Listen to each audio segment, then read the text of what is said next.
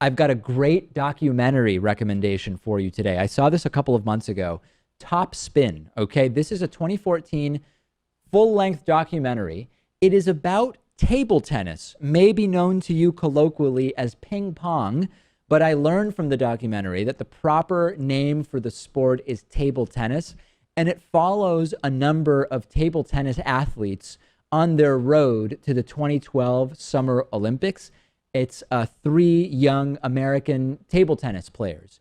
And it is absolutely fascinating. I was never hugely into table tennis. I'm comfortable calling it table tennis now. I used to always say ping pong, but I'll call it table tennis now.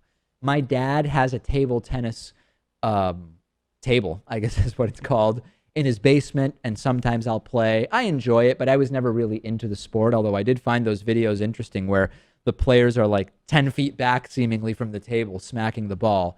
In watching this documentary, I learned, number one, a lot more about the sport, and the sport is fascinating. But more interestingly, number two, many of the best table tennis players start really, really young, but it's not casual, right? You see the training, you see them getting pulled out of school to spend hours practicing and training intensely with coaches. You see the travel, you see all of the drama that goes on, which probably exists with most sports, no matter what sport it is. And the documentary is endlessly fascinating. Have you heard of this one, Pat?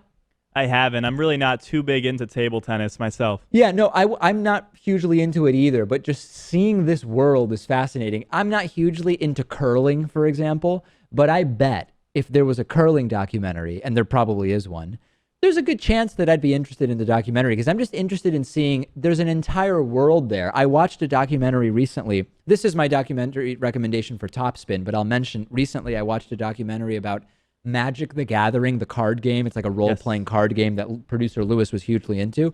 I could not care less about Magic the Gathering. I don't know if it's a mage or an orc or you've tapped mana. I don't know anything about it, but just seeing how into it these people are in the tournament, etc., it's absolutely fascinating. It makes sense too, because there's a lot of people who like watching like sports documentaries because it's a nice story about like someone starting from nothing and gradually getting better. Yeah. But they're not interested in sports themselves. Yep, no doubt about it. And that applies to the 30 for 30 series, Yes. which is always in some way related to sports, although sometimes less directly. Like the Two Escobars is one where it talks about the Colombian soccer team, but really it's about Pablo Escobar and the control that the major cocaine dealer had over so many areas of life, including soccer.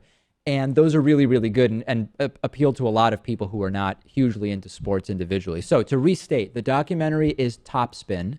It's on Netflix. And of course, you can check out this and all of my recommendations at davidpakman.com/recommendations.